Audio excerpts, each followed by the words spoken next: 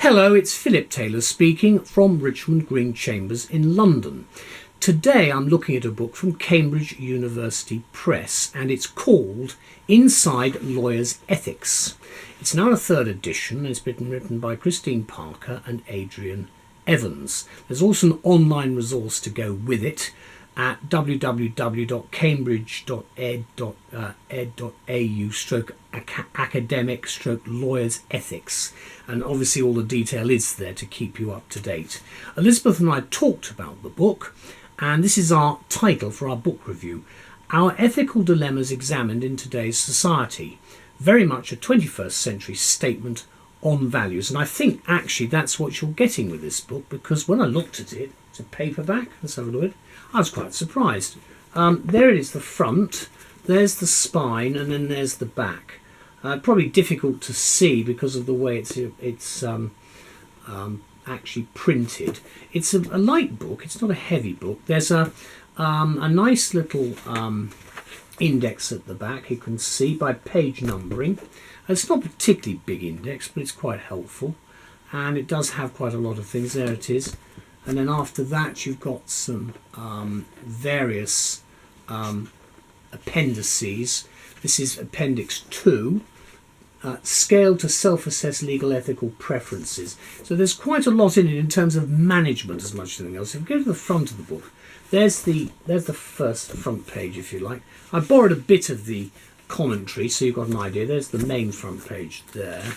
Then you've got the blurb from CUP, and then you've got the contents section.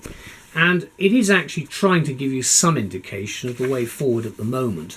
With all the changes, there the contents section, all the changes that are taking place. There are 10 chapters in total and 2 appendices. Then there's some figures and tables to illustrate some of the points that the authors are making. And then we've got some case studies and some case law itself. Then after that there's some statutes. It's set out in a slightly different way from some publications. The bar rules are covered as well there.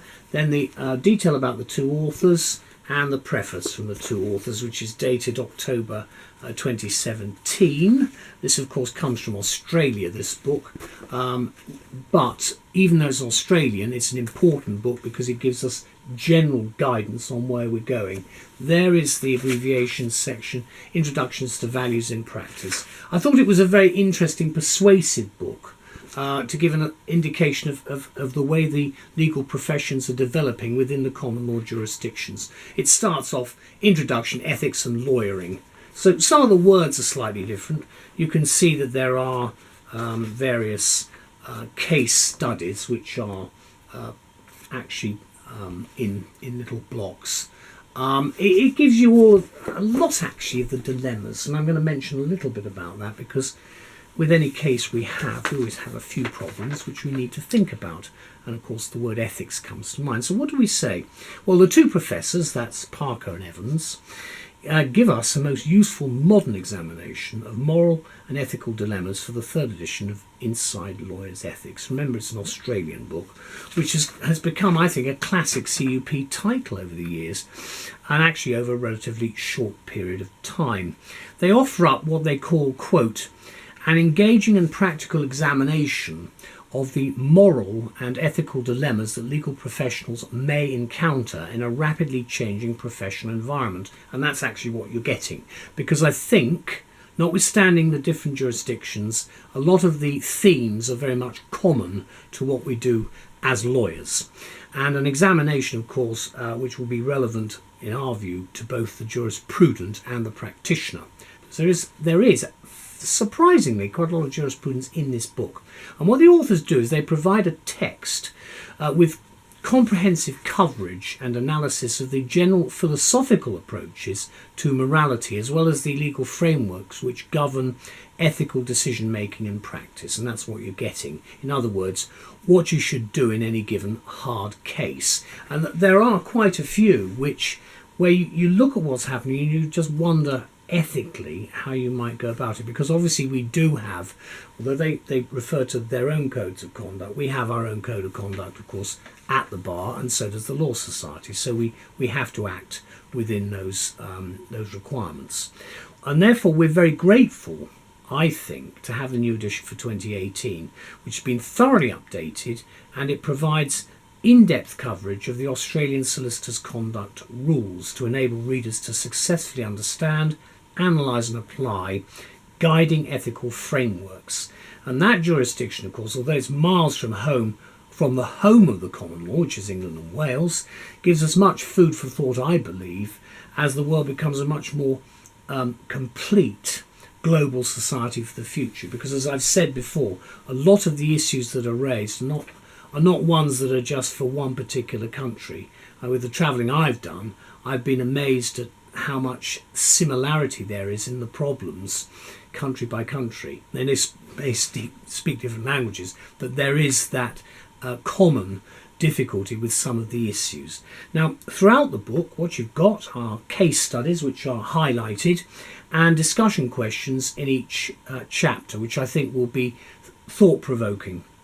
The aim of the writers is to provide us with practical examples from case law, legal practice and research to illustrate the common challenges we've got and to explain how ethical and moral principles can be applied to a variety of common scenarios. And I think it's very helpful as a practical pointer.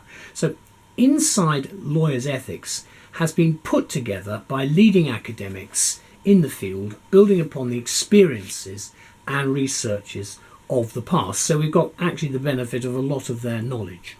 It can be rightly described as an essential text which equips readers with the skills to enact ethical behaviours and confidently confront common ethical challenges in their everyday practice.